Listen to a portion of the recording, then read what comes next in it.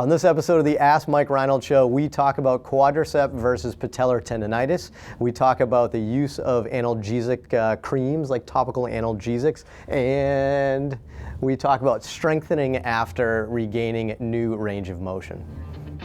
The Ask Mike Reinold Show. Helping people feel better, move better, and perform better.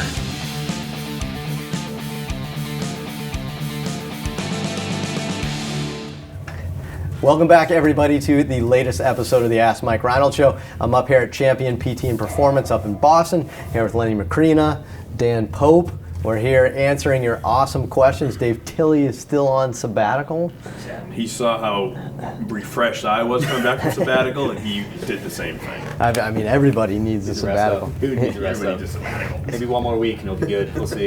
Yeah, we'll see. I think he'll be healthy soon, within the next month or so. But we're here with Mike Scaduto from Northeastern University, SKID as we like to call him, and Keisha Heck from Regis University.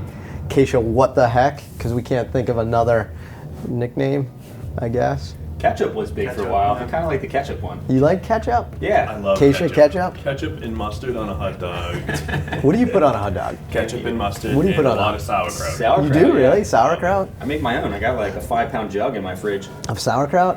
I'm not surprised. A 5-pound jug? Yep. It's big. I like excess. Go big or go home, the Dan Pope style. Yeah. So you do ketchup, mustard, and sauerkraut? Usually not. Usually I'll mess around. One hot dog with the ketchup, the mustard, maybe a relish, and then another one I'll do the sauerkraut.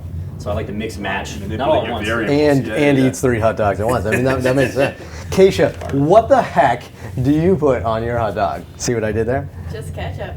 Just ketchup? Oh, it was destiny. Appropriate. Mike, we might as well go around the room. I'm a chili cheese dog. What? Guy. Yeah. That's like Spice it up. a different meal. It's like a That's heartburn waiting to different. happen. It's different. I miss Fenway Franks, Cardiac. right? Remember that? Dan Duquette changed the Fenway Franks in the 90s, and they just haven't been the same since. I didn't realize that. Are we off topic? You don't remember that? I didn't Anyway, realize that. From steaming to boiling. So anyway, good. All right, we're here with some awesome questions. Let's get rolling because we've already wasted enough of your time with our hot dog etiquette. Okay, Richard from Montreal. Hey guys, just started to follow your podcast. The variety of topics are really awesome, and you guys give out info that is appealing to healthcare practitioners and regular athletes. My question, what would be the differences with the possible causes and the rehab treatments for quadriceps versus patellar tendon pain /tendinosis/tendinitis? Keep it up. I look forward to listening to more of your podcasts. Awesome, thank you. All right, so quad versus patellar tendinitis. So let's start with maybe why. Why does one get sore and the other? I mean, theoretically, the quad tendon and the patellar tendon, they're kind of like the same tendon to an extent. Why? What do you guys think? Who wants to jump in?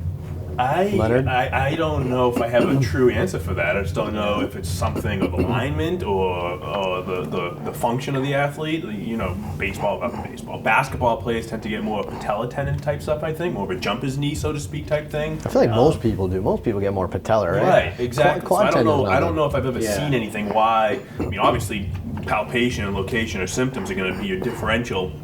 And your, I think, chronicity of symptoms may help to guide you if it's tendonitis versus tendinosis. But as for quad tendon versus patella tendon, or if it's actually patella ligament because it's bone to bone, I don't know if I've seen anything. I don't know if you guys. I'm always curious. I don't see a lot of patellar tendinopathy, and I don't know if that's just the population I see, but I see a lot of anterior knee pain. And a lot of times with like a patellofemoral pain syndrome, they've got a lot of diffuse pain that's all over the place. Sometimes it's above that kneecap, off to the side. So I think sometimes when you're seeing that, maybe you have a different diagnosis.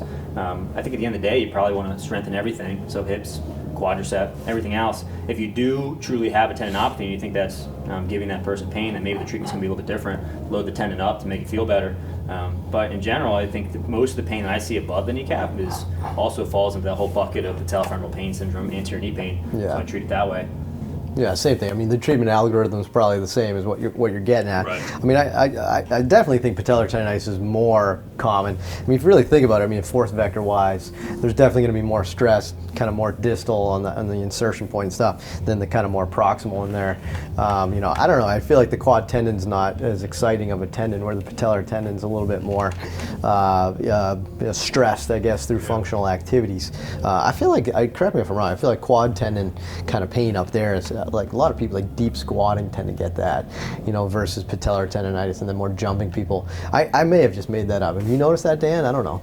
Well, you see quite a bit of knee pain. I think people that do a lot of squatting have a kind of low-level amount of pain around the knee, and it can be all over the place. So sometimes it'll be top, and like next day it's on the inside, and it's on the outside. So it's kind of like the whole area gets irritated. And I think that's just the nature of just doing deep squatting in general. People start feeling pain because of that, but it's not always in one particular spot. It jumps around to a lot of different areas. So that's my guess. Right, yeah, and that's interesting. You know, patellofemoral pain-based things from compression-type injuries, I mean, they could be referring a little bit superior, and you're just, you know, it seems like quad tendonitis, but, you know, that's interesting. But, yeah, theoretically, you could have some irritable plica. You know, I mean, lots of different things to kind of keep in mind, I guess. I don't know if treatment or anything would differ necessarily. You got to get to the bottom of that in and of itself. So, awesome. What do we got? What do we got for next question? Let's keep rolling. Brian from Chicago. Hey guys, I often hear people say that once you gain new range via stretching, soft tissue work, etc., you then want to strengthen into that range. With regards to ankle dorsiflexion, I have seen some therapists use resisted dorsiflexion with a TheraBand to strengthen dorsiflexors. Others use eccentric heel raises to strengthen the plantar flexors into the new dorsiflexion range. Which of these approaches do you favor and why? Also, what are your favorite exercises to utilize in this scenario? Dave Tilley makes an appearance back from sabbatical. Like it. Wow. He's got a coffee. He had enough time to make coffee. How's the beach? What'd you do? That's you not studied from your last library night. study? That's not awesome. All right, so we just restored range of motion. I feel like Dave needs to get more. We just restored range of motion. And we want to work on strengthening in this new range of motion.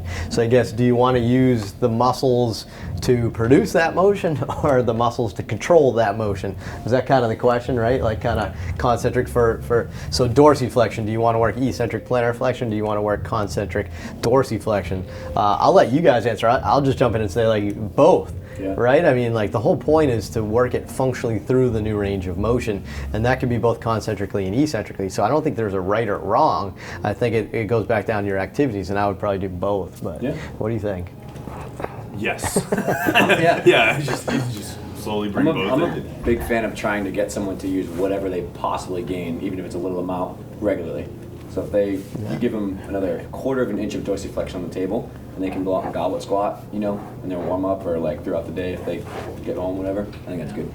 I'm a big fan of using specific exercise that one person wants to get back to. I mean, I'm constantly trying to get people to squat better and use dorsiflexion when they're squatting. So a lot of times me, what I'll use as far as a dorsiflexion exercise is just squatting and just cue people, try to pull your knees forward, try to use your new ankle flexibility.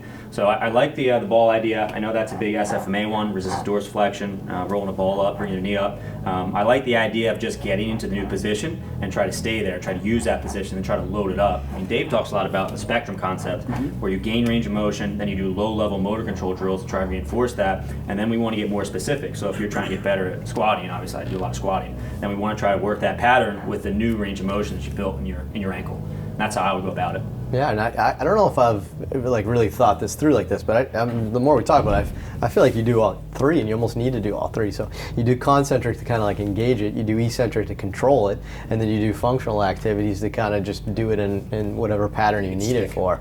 Yeah, I mean, I feel like you kind of want all three to an extent, and I think we all do that inherently. I guess I never really broke it down like that in my mind, but awesome. What do we got, guys? Gabe from Salt Lake City. Hey Mike, you guys are doing a great job. Keep it up. I was wondering if you use analgesic creams like Biofreeze, Rock Sauce, etc. during the treatment sessions. If so, do you use it pre-session, post-session, or like anything? It depends. All right, why don't we go around the room and see if we've tried it, if we like it, and why. So, Dan, you have the CrossFit athletes. They'll do anything. I just spray the whole bodies down.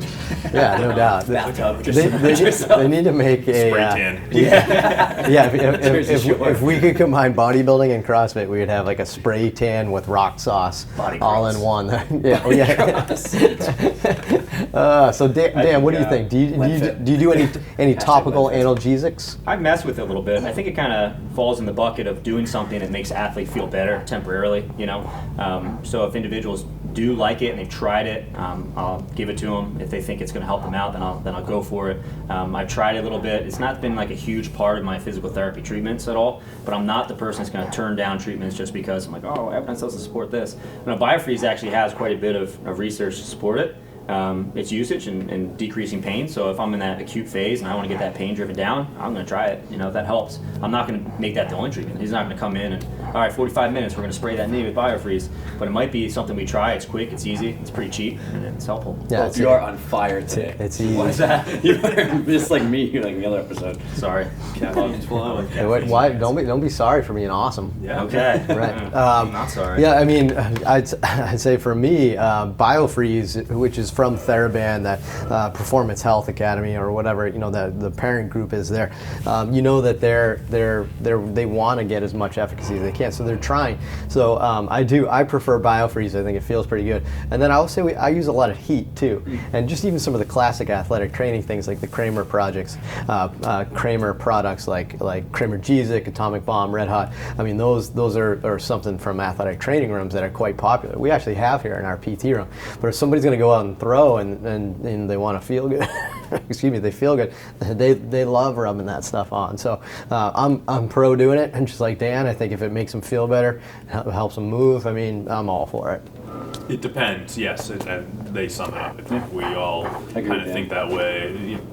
The research is what it is, but if somebody is asking for it and they like it and they want it, then they're gonna Why not? get it after they perform. Send them home with it too, Yeah. you know, like so they, feel a little bit afterwards there. If they're chronic low back pain, it's just aching all day, why not neuromodulate that a little bit with another sensation? Yeah. So, awesome. Is that it? That's three? That's three. three, man. Nailed it.